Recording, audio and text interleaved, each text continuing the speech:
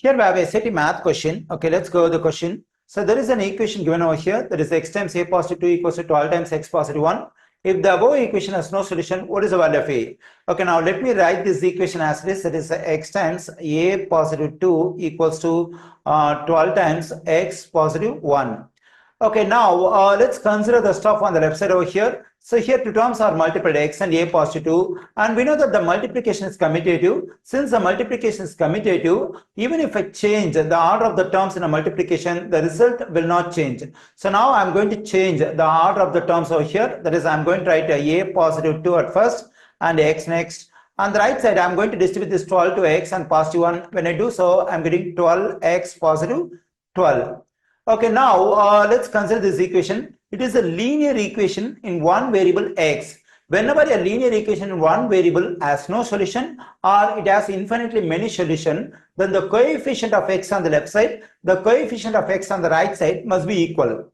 Here, what is the coefficient of x on the left side? It is a positive 2. What is the coefficient of x on the right side? It is 12. So they must be equal. So because the equation over here has no solution. So now we have to solve for a in this equation. For that, I have to subtract 2 from both sides.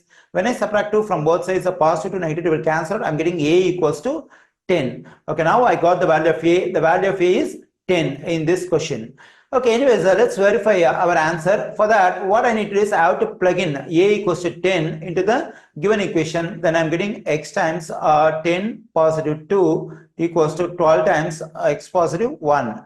Okay, on the left side, 10 positive 2 is 12. 12 times x is, we get 12x on the left side. On the right side, I'm going to distribute this 12 to x and positive 1. When I do so, I'm getting 12x positive 12. Okay, now let's solve for x in this equation. To solve for x in this equation, so the variable x should not appear on both sides of the equation. So here we have variable on the left side of the equation and the right side of the equation as well. So to solve for x, I have to get the variable on one of the sides of this equation. Okay, now let me get the variable on the right side. For that, I have to subtract 12x from both sides. When I do so, this positive 12x, negative 12x will cancel out, and the same here, 0 equals to 12. So when I try to get rid of the variable on the right side, actually the variable is no more in the equation.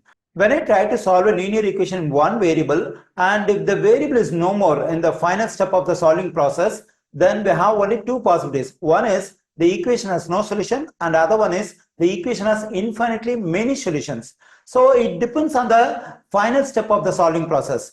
If the final step of the solving process is true statement, then the equation has infinitely many solutions. If the final step of the solving process is a false statement, then the equation has no solution. So now we have to check whether it's true or false. So clearly 0 equals to 12 is false. Since the final step of the solving process is false, then the given equation has no solution when a equals to 10. So therefore, the value of a in the given equation is 10 when the equation has no solution.